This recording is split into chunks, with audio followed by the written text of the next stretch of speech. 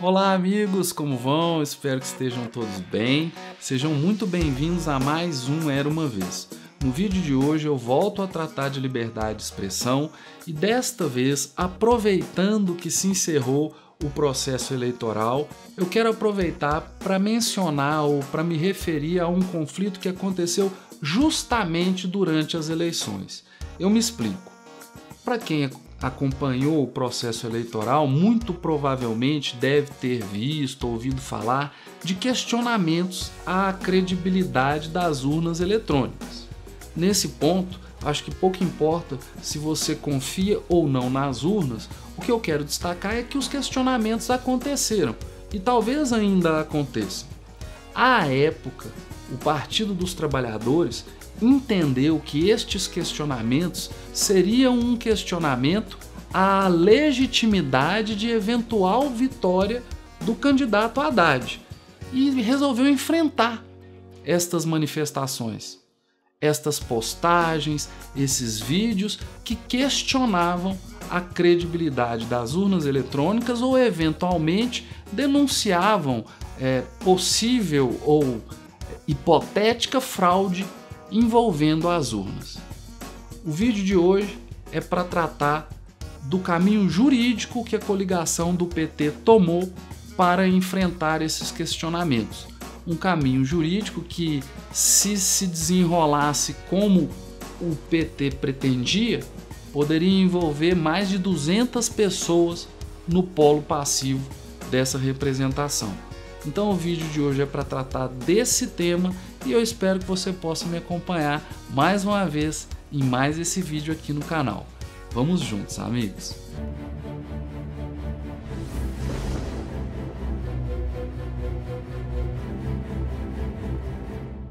Era uma vez a coligação O Povo Feliz de Novo, formada pelo PT, PCdoB e pelo PROS, e representada pela presidente do Partido dos Trabalhadores, a até então senadora Gleisi Hoffmann.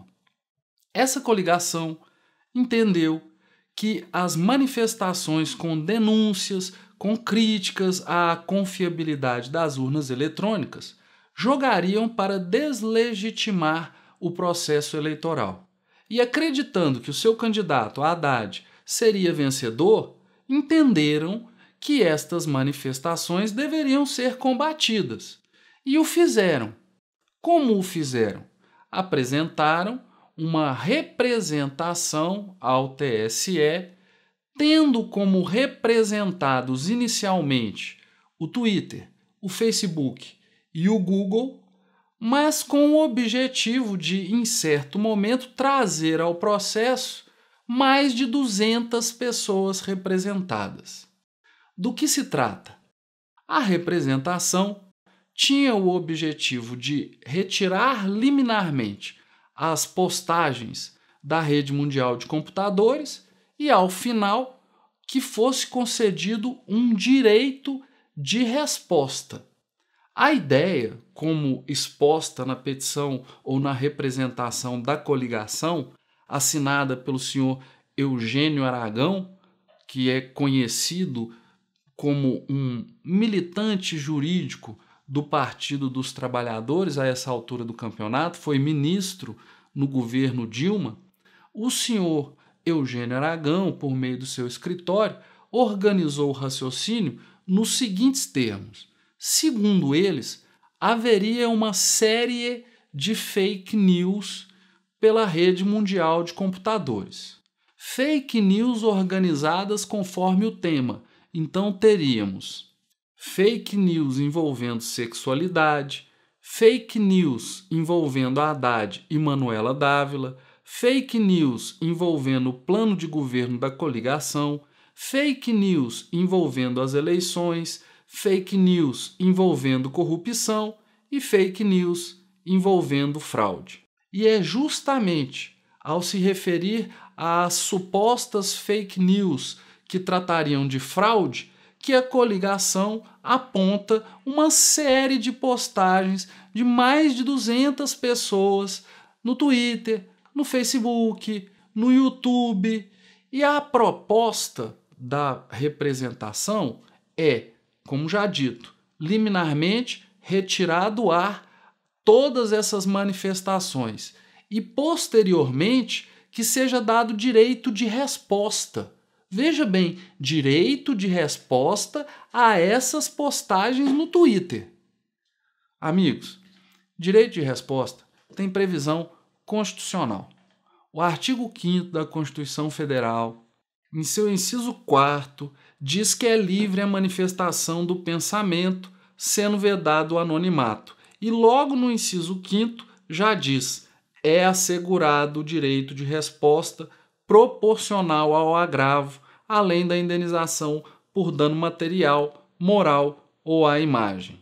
E existe legislação infraconstitucional que dispõe sobre o direito de resposta. A Lei 13.188 de 2015 é uma lei que trata de direito de resposta de modo geral. Mas a Lei das Eleições, que é a Lei 9.504 de 97, também dispõe sobre direito de resposta. E também temos resoluções do TSE, a Resolução 23.547 de 2017, a Resolução 23.551 de 2017 também. Mas a ideia é que o direito de resposta seja utilizado contra manifestações caluniosas, contra manifestações claramente ofensivas ou inverídicas. E no caso, será mesmo que todas essas postagens denunciando ou questionando a credibilidade das urnas seriam postagens inverídicas? Vamos começar pela lei que rege as eleições. No seu artigo 58, ela deixa claro: a partir da escolha de candidatos em convenção, é assegurado o direito de resposta a candidato, partido ou coligação atingidos. No caso aqui é a coligação que está tomando a providência, ainda que de forma indireta, por conceito, imagem ou afirmação caluniosa, difamatória, injuriosa ou sabidamente inverídica, difundidos por qualquer veículo de comunicação social. Veículo de comunicação social. A ideia inicial do direito de resposta era para apresentar a possibilidade de resposta no rádio, na televisão, em jornais. A internet é algo relativamente novo, mas já há previsão legal para a campanha eleitoral na internet e para eventual direito de resposta na internet. Essa ideia de comunicação, órgão, veículo de comunicação social, pode se referir ao Twitter, pode se referir ao Facebook. A jurisprudência já avançou nesse sentido. Em relação ao Twitter, respostas no Twitter, a primeira decisão de que se tem notícia no TSE foi uma decisão que deu ao José Serra o direito de resposta contra o Rui Falcão, que era o presidente do PT na época das eleições em 2010. O Rui Falcão tinha feito 2 postagens no Twitter com essas palavras aqui, ó. A primeira postagem: cuidado com os telefonemas da turma do Serra. No meio das ligações, pode ter gente capturando seu nome para usar criminosamente. E a segunda postagem: podem clonar seu número. Pode ser ligação de dentro de presídios, trote, ameaça de sequestro e assim por diante. Identifique quem liga. E o TSE deu o direito de resposta numa decisão que recebeu essa ementa aqui, ó.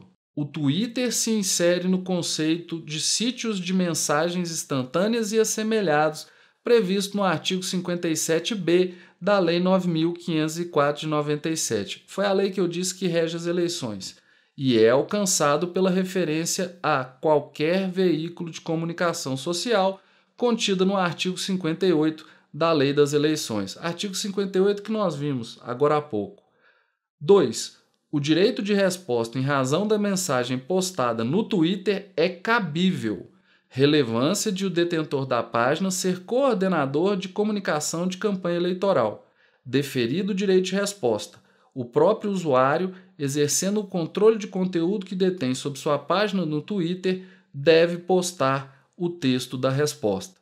E nos direitos de resposta, é o ofendido que apresenta a resposta que deve ser veiculada. E aí a campanha do José Serra ou José Serra apresentou 2 ou 2 postagens de Twitter para que fossem colocadas lá no Twitter do Rui Falcão. E as postagens são: Justiça Eleitoral puniu Rui Falcão com esse direito de resposta por ofensa à campanha de José Serra veiculada em seu Twitter. A segunda postagem: cabe esclarecer que a comunicação feita pela campanha de Serra sempre agiu com lisura de forma íntegra, respeitando todos os eleitores. E isso acabou se tornando relativamente comum depois deste ocorrido. Isso eu me refiro a direitos de resposta no Twitter. Só para mencionar um caso aqui de pessoas mais conhecidas, há pouco tempo a Joyce Hasselman conseguiu direito de resposta contra o Alexandre Frota. E isso vem se sucedendo, já é comum. Então, quanto a isso, não é problema a coligação O Povo Feliz de Novo requerer direito de resposta. O que talvez me faça refletir de modo negativo acerca desta representação é o que se quer, ou melhor, qual seria o tipo de postagem a sofrer o direito de resposta. Porque vejam, várias pessoas questionam a credibilidade da urna. Às vezes eu acho que a urna poderia ser algo com maior credibilidade, às vezes eu confio. Nesse caso específico aqui, o fato de o Bolsonaro ter ganho a eleição no final das contas faz com que passemos a confiar um pouco mais nas urnas eletrônicas, porque imaginava-se eventual fraude. Se ocorresse, ocorreria contra ele e ele acabou vencendo. Mas eu também acho que o TSE poderia agir para dar mais transparência nos procedimentos, esclarecendo as pessoas acerca de como as coisas funcionam e onde houver problema, tentar solucionar o problema.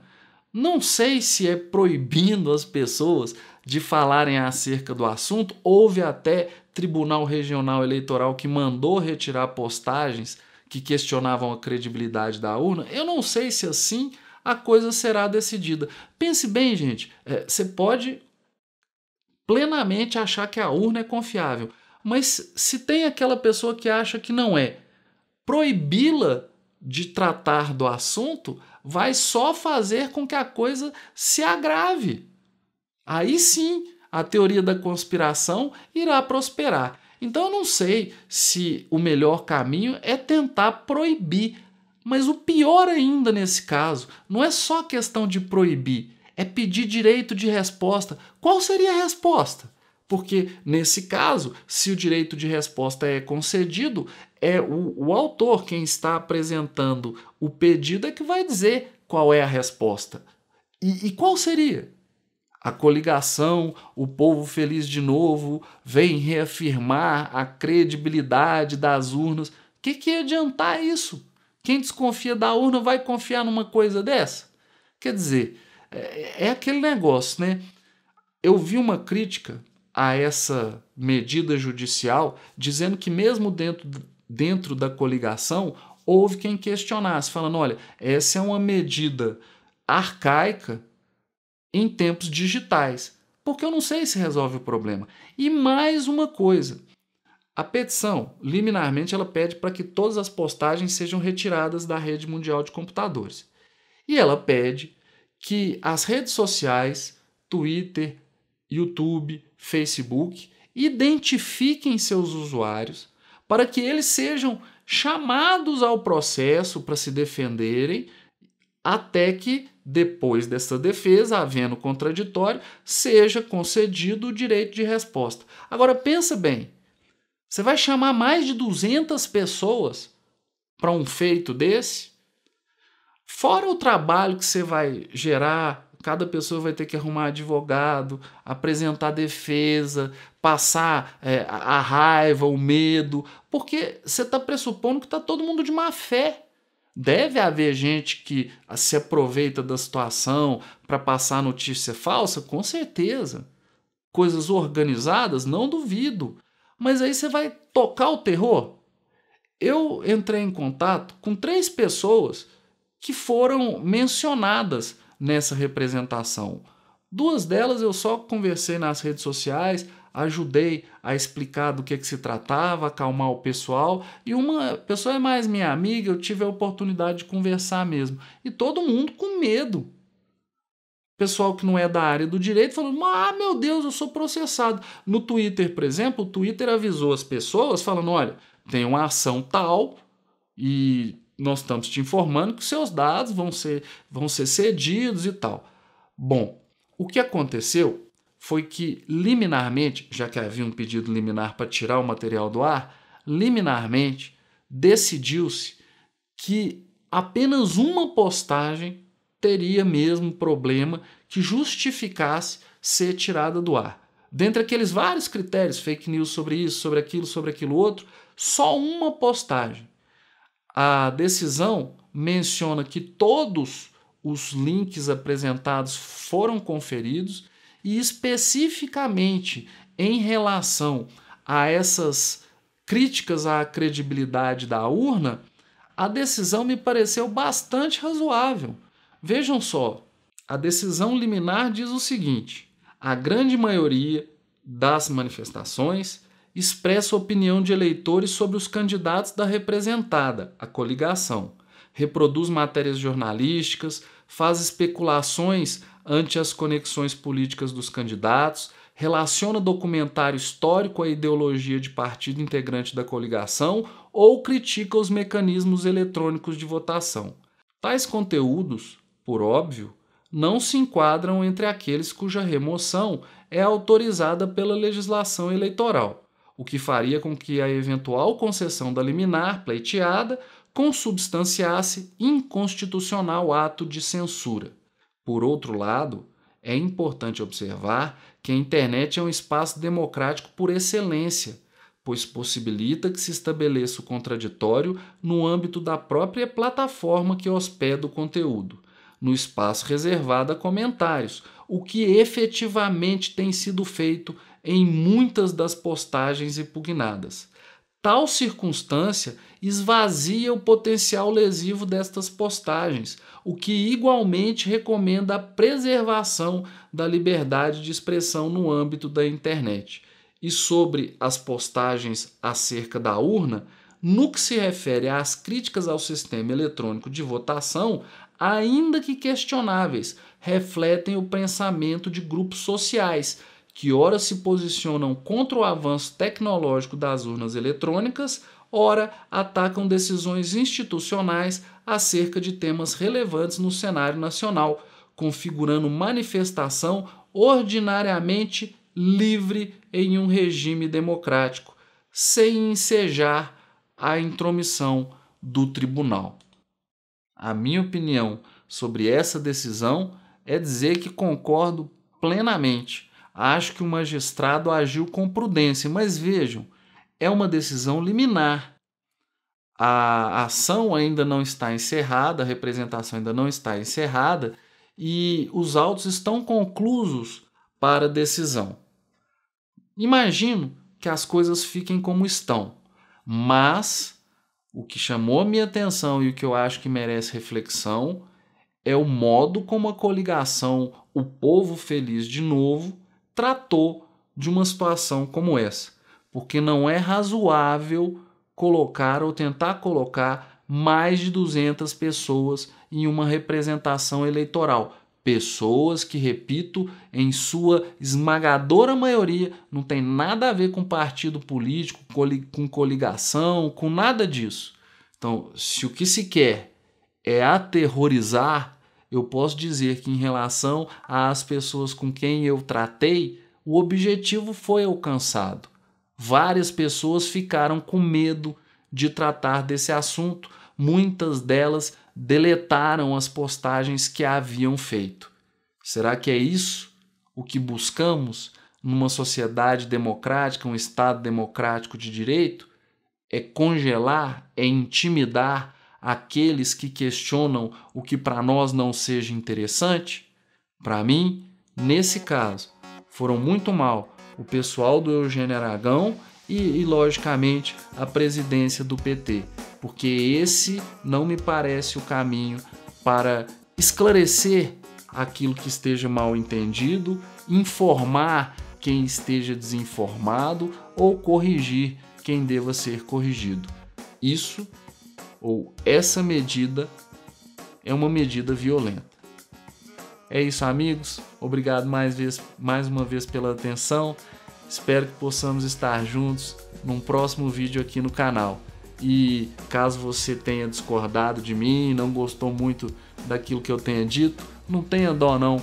Pode me criticar aqui e se tiver com raiva, já dá logo 2 dislikes de raiva, porque um só pode não ser suficiente para aplacar esse sentimento ruim. É isso, amigos. Grande abraço e até a próxima.